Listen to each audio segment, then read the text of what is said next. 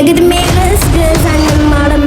አያሳዝንም ወይ በግዕዝ ስም ጥምቀት ግልጽ ማሳያ ነው ይህ የእናንተ ውድቀት ለካ ተረት እንጂ የላችሁም እውቀት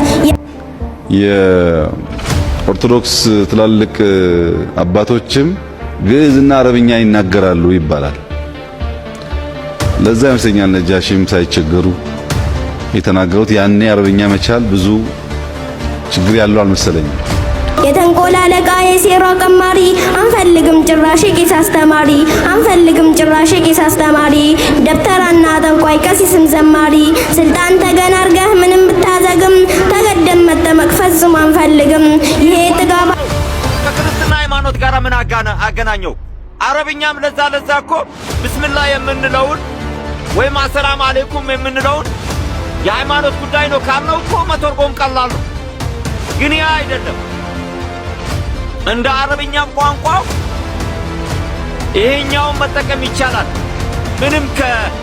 የክርስትናውን ወይም የቤተ ክርስቲያንን የሚያስተምረውን ትቶ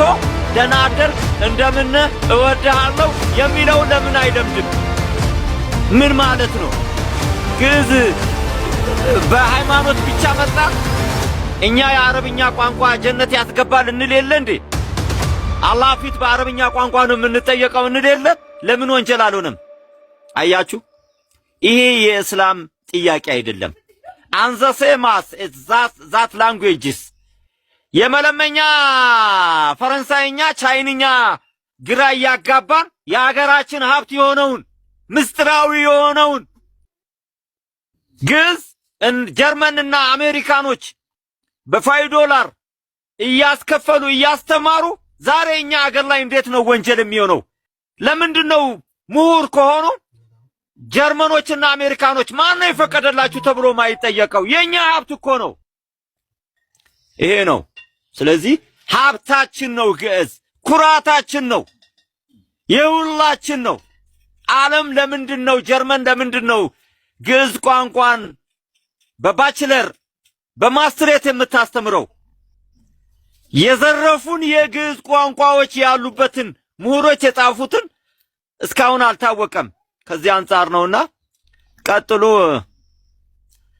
ኩዌሽን ካላችሁም አም ሬዲ አዳምጣለሁ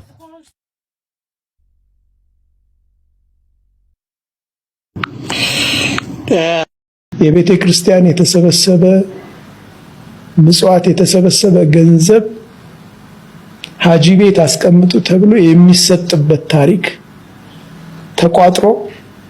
የዚህ ቤተ ክርስቲያን ተብሎ ተጽፎ የሚቀመጥበት ሙስሊሞቹ ጋር የሚቀመጥበት እስኪ ስለ ግዕዝ ቋንቋ አንድ ሁለት ነገር ልበላችሁ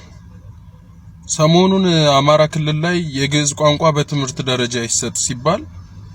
እንቧከርዮ አይሆንም ግዕዝ አንፈልግም ሃይማኖታዊ ነገር ጋር ያያዛችሁ ሰዎች አላችሁ ግዕዝ የኢትዮጵያ የቀድሞ ቋንቋ ነው ከሃይማኖት ጋር ታያይዙት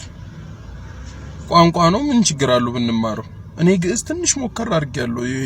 ሰናፍጭ የምታክል ነገር ማለት ነው ትንሽ በሞከርኩት ግን በማቀው ልክ አሪፍ ቋንቋ ነው ቻይና ውስጥ ይሰጥ ለምን ችግር አለው አንዳችን ያንዳችንስ ቋንቋ ብንማር ምን ችግር አለው አማራ ኦሮሞ የትግሬው ምናምን ብንማር ምን ችግር አለው እንኳን ግዕዝን ጠብቃ አኖራለች እንደውም ኦርቶዶክስ ምን ችግር አለው